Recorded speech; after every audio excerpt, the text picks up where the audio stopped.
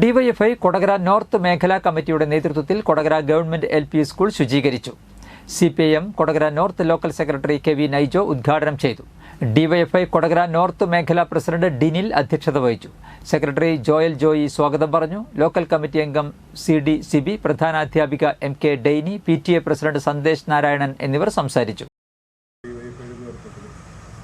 Government സ്കൂളുകളെല്ലാം ഇത്തരത്തിൽ clean ചെയ്തുകൊണ്ട് ഒരു പുതിയ അന്തരീക്ഷം സ്കൂളിനകത്ത് നടപ്പിലാക്കിക്കൊണ്ട് വിദ്യാർത്ഥികളെ വരവേൽക്കാനാണ് തീരുമാനിച്ചിരിക്കുന്നത്.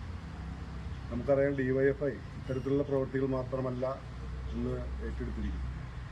കേരളത്തിലാകെ, രാജ്യത്താകെ ഏത് വിഷയങ്ങൾ വന്നാലും ചെറുപ്പക്കാരെ അണിനിരത്തിക്കൊണ്ട് വർഷത്തെ പ്രവേശനോത്സവവുമായി ബന്ധപ്പെട്ട് വിദ്യാലയം ശുചീകരിക്കുക എന്ന പ്രവർത്തനത്തിനായി ഇവിടെ എത്തിച്ചേർന്ന എല്ലാവരെയും ഏറ്റവും സ്നേഹത്തോടെ ആദ്യമായി സ്വാഗതം ചെയ്യുന്നു.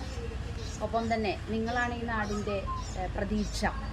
ഇത്തരം നല്ല പ്രവൃത്തികൾ ഏറ്റെടുക്കുന്നതോടൊപ്പം സമൂഹത്തിൽ കാണുന്ന എല്ലാ അനീതികളോടും കലഹിക്കാൻ നിങ്ങൾക്കൊരു ധൈര്യമുണ്ടാകട്ടെ.